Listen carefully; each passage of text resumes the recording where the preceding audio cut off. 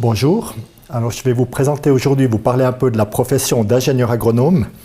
Mon nom est André Chassoche, je suis moi-même agronome. J'ai d'abord suivi un parcours assez classique d'études gymnasiales ici au Collège Saint-Michel à Fribourg.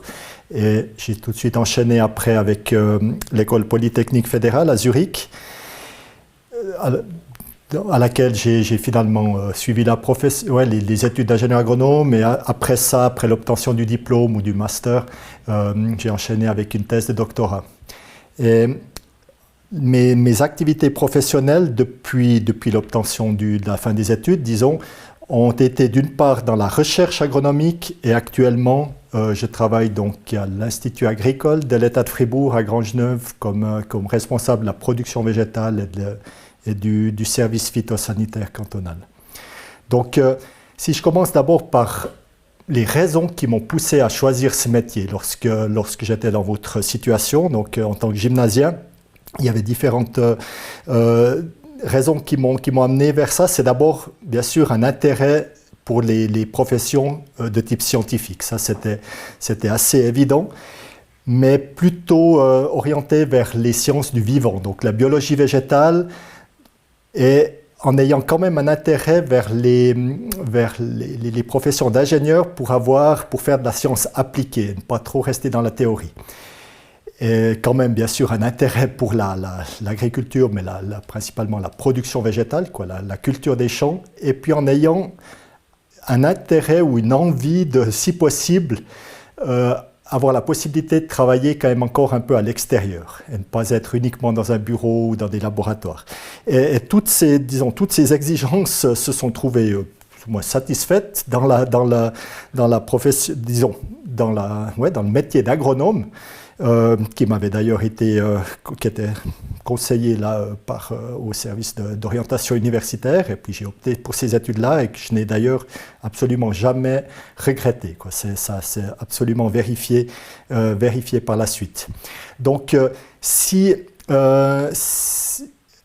pour parler un petit peu plus concrètement de ce qu'est fait une journée d'agronome, alors comme vous l'avez vu dans mon parcours professionnel, je travaille à la fois dans la recherche agronomique et maintenant plus dans le conseil formation.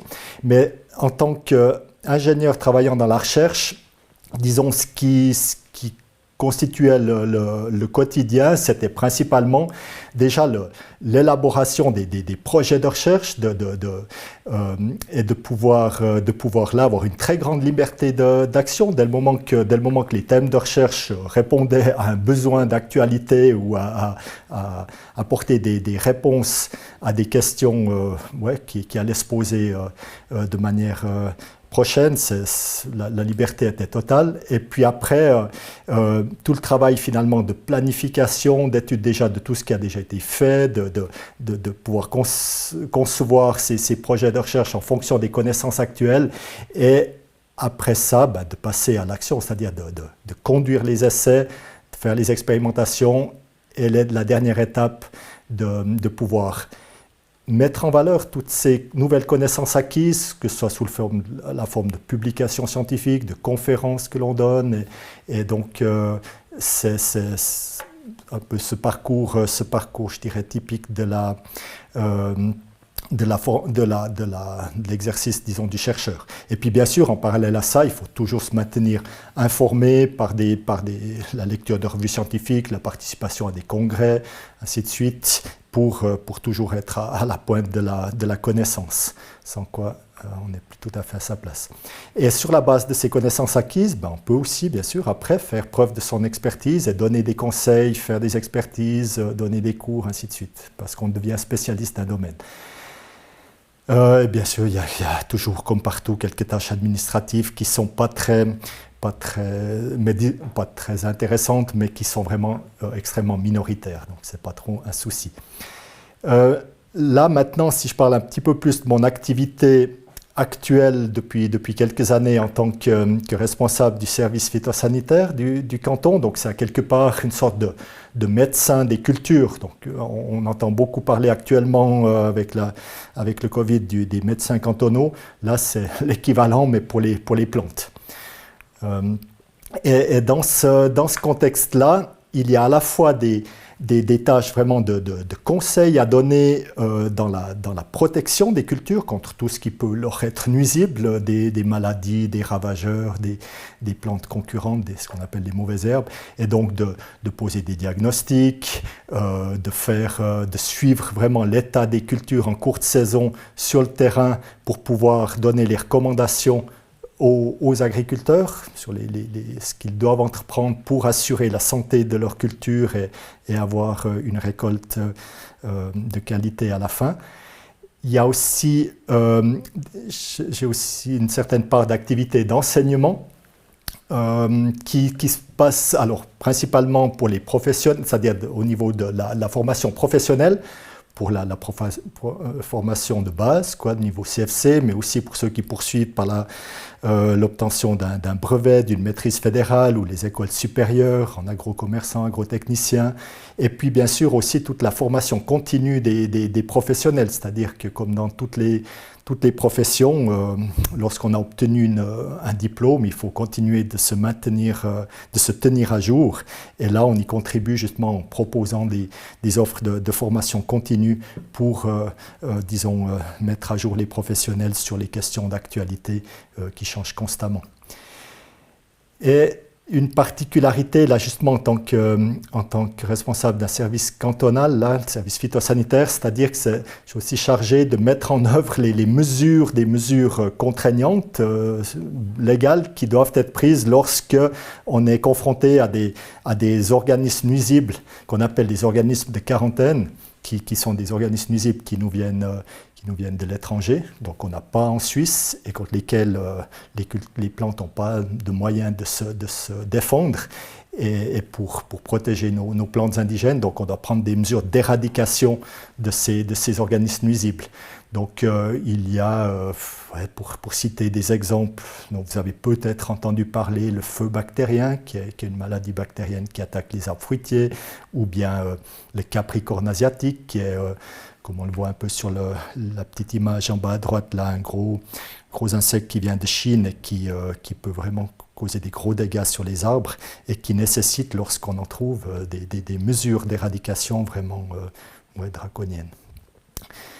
Et là aussi, bien sûr, une tâche qui est continue, permanente, quel que soit finalement le domaine d'activité dans lequel on travaille, c'est de se maintenir à jour dans ses connaissances, vu qu'elles évoluent quand même constamment.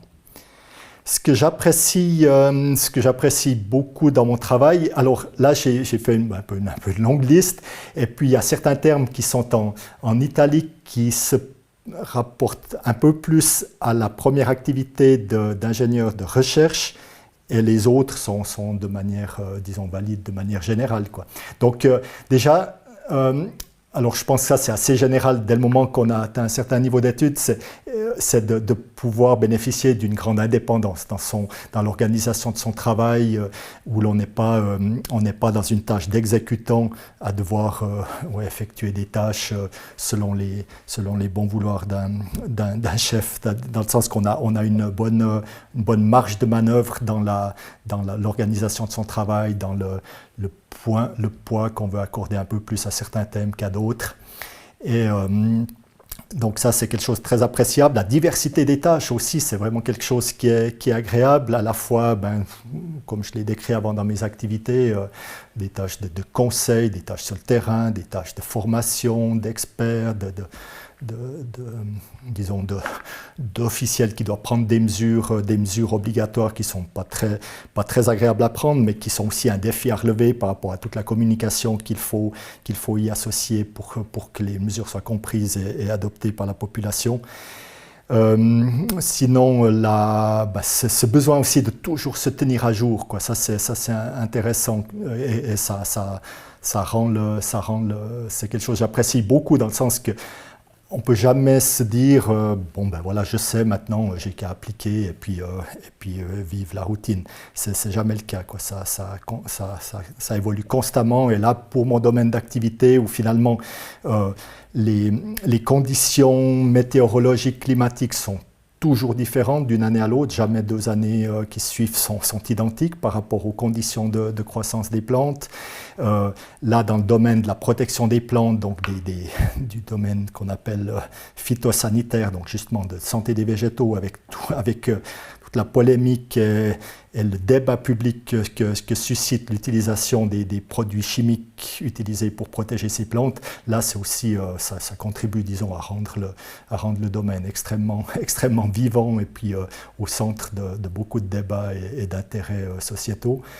Donc aussi ces activités de communication, aussi bien vers le grand public, dans l'enseignement, sont des tâches que j'apprécie aussi beaucoup, et toujours en ayant, je l'avais mis comme un des critères finalement de choix de la formation, là, ce souhait d'être sur le terrain, et il s'avère, disons, il se vérifie dans la pratique, même si c'est jamais suffisant, mais c'est toujours possible d'aller régulièrement sur le terrain et de ne pas rester en permanence fermé dans un bureau. Mais alors si vous voyez que la liste, déjà seulement si vous voyez la liste précédente de ce que j'apprécie par rapport à celle-ci, à cette liste-là, qui est celle des points que j'apprécie moins dans mon travail, elle est nettement plus courte. Et puis bon, là, effectivement, il y a les traditionnelles séances, des travaux administratifs qui sont incontournables, mais qui sont vraiment minoritaires.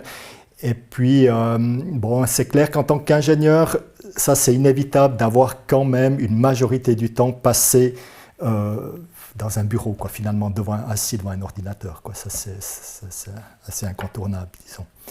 Voilà, ça c'est pour finalement vous parler de des critères qui m'ont conduit à choisir cette profession, les activités que je mène dans le cadre de cette profession, puisque ce que j'apprécie maintenant, après quand même un certain nombre d'années d'expérience professionnelle, je peux vraiment vous dire qu'à aucun moment je n'ai regretté ce choix, quoi, et il se confirme de jour en jour. C'est vraiment captivant, motivant. Je peux que vous encourager à vous lancer dans cette profession-là qui reste vraiment au cœur de beaucoup d'enjeux et restera extrêmement importante. Et donc en termes je dirais de besoin de force vive, là il n'y a pas de souci. Question perspective de travail. Je vais passer un peu rapidement pour le temps qui reste sur les voies de formation qui permettent d'arriver à cette formation d'ingénieur agronome. Donc déjà là c'est un schéma qui montre tous les champs, toutes les voies de formation dans le domaine agricole. Alors à gauche sont les formations professionnelles, plutôt des praticiens, et puis à droite en vert sont justement les formations académiques, donc qui sont celles qui vous concernent. Et là, comme pour toutes les professions d'ingénieurs, il y a soit la voie HES ou la voie EPF. Donc personnellement, moi j'ai choisi la voie EPF. Mais les deux sont possibles. C'est clair qu'en tant que gymnasien, c'est presque plus naturel et plus logique d'aller dans la voie directe qui est de la flèche de tout à droite qui conduit directement de la Matu à l'EPF. Si vous optez pour la voie HES, il y a juste la condition d'effectuer une année de stage avant de pouvoir entrer dans une HES. Et on peut toujours se poser un peu la question de quelles sont les différences entre ces deux voies, quels sont les avantages, inconvénients. Je dirais que les deux voies sont vraiment très complémentaires, hein, et ça, quelle que soit la formation d'ingénieur. Hein, l'agronomie n'est pas une particularité par rapport à ça, dans le sens que la formation HES est beaucoup plus orientée vers la pratique, vers des connaissances pratiques, la capacité à trouver des solutions rapides, applicables à brève échéance, disons d'avoir un problème, une solution, alors que la voie EPF est plus orientée vers, bon déjà, les bases, elle repose sur des bases scientifiques plus solides, plus orientées vers la possibilité de concevoir soit des nouveaux systèmes ou d'être plus adaptés ou formés pour des activités dans la recherche où les solutions ne sont pas destinées d'avance, on ne les connaît pas, il faut les développer. Ça prend un petit peu plus de temps, ça demande un petit peu plus de travail d'analyse, de conception, de réflexion, et on est moins la personne qui a tout de suite la solution au problème. Donc ça, je dirais qu'après, c'est selon son caractère, son intérêt personnel, où on se sent plus ou moins appelé dans l'une ou l'autre voie. Mais sachant que finalement, quelle que soit la voie de formation, après, il y a tout à fait possibilité au niveau des activités professionnelles de bifurquer vers l'une ou l'autre selon ses intérêts, ses compétences personnelles, quoi. Donc là, pour ce qui concerne la voie EPF, puisque c'est celle que j'ai choisie, je vais juste vous passer en revue, c'est quelques diaprises d'une présentation de l'EPFZ. Donc il y a aussi à la fin des liens qui vous permettent d'avoir des informations complémentaires. Mais peut-être, donc l'important, c'est déjà, ou disons, ce qui peut vous intéresser, c'est un peu quelles sont les possibilités de carrière, quelques exemples là. Alors c'est clair que la recherche avec une formation DPF, c'est un peu la voie numéro 1, mais c'est pas de loin pas le cas. Donc ça peut être comme moi maintenant actuellement dans l'enseignement, dans le conseil, on peut être comme expert dans la coopération internationale pour des ONG par exemple, ou bien avec des fonctions dirigeantes dans différentes entreprises de grande distribution, d'industrie agroalimentaire, ou experts là par exemple dans des assurances qui doivent évaluer les risques liés par exemple aux risques climatiques pour des pertes de récoltes et ainsi de suite. Donc je dirais que la panoplie d'actions elle est extrêmement large. Et puis au niveau de la structure de la formation, c'est une structure typique de formation universitaire ou EPF. Ça veut dire d'abord un premier cycle qui conduit au bachelor sur 3 ans, et puis les 2 dernières années qui conduisent au master. Donc tout ça ponctué de stages, pour vraiment bien toujours faire le lien entre les connaissances théoriques et la pratique, et donc aussi bien sûr avec des travaux personnels de bachelor et de master. Donc ça, il n'y a rien de particulier là. Et dans la formation, dans les 2 années de master, donc il y a 3 spécialisations qui peuvent être choisies, c'est-à-dire une de 3 spécialisations qui peut être choisie. C'est soit on se spécialise en économie agraire, soit en sciences animales, ou bien en sciences végétales. Donc c'est les 3 grandes spécialisations, après avec des compléments possibles qui permettent d'avoir des positions un petit peu intermédiaires entre ces spécialisations. Et donc là, c'est clair que les études se font donc en tant que... la formation d'agronome EPF ne se fait qu'à l'école polytechnique de Zurich, donc en allemand. Et c'est vrai que ça peut être un petit peu sembler un obstacle à surmonter, mais qui n'est pas trop, disons, c'est dur la première année, mais elle est faisable, disons que, même sans être bilingue, sans avoir de formation d'allemand plus poussée que celle qu'on obtient avec la maturité gymnasiale. Ça demande un effort supplémentaire, mais finalement qui se paye par la suite en étant capable de maîtriser les 2 langues. Donc c'est vrai que c'est une année difficile, la première année, où il y a pas mal de sélections, mais elle est tout à fait faisable. Il faut pas, disons, renoncer juste pour ça. Donc il suffit juste d'être motivé et intéressé.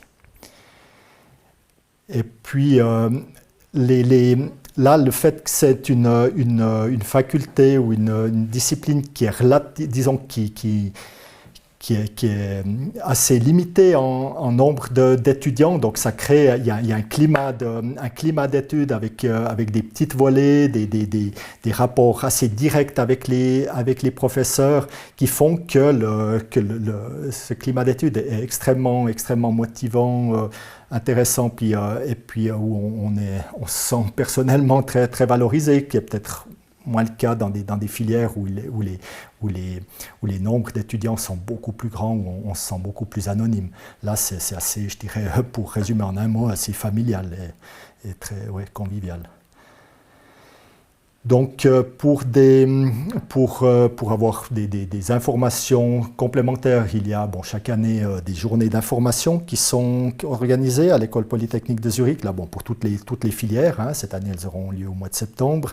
Là, vous avez les coordonnées d'une personne qui se charge du conseil ou qui peut donner des informations complémentaires par rapport à la formation d'agronome. Il y a même un petit film qui est assez bien fait, là, qui présente un peu les motivations et puis la vie courante d'étudiants en agronomie.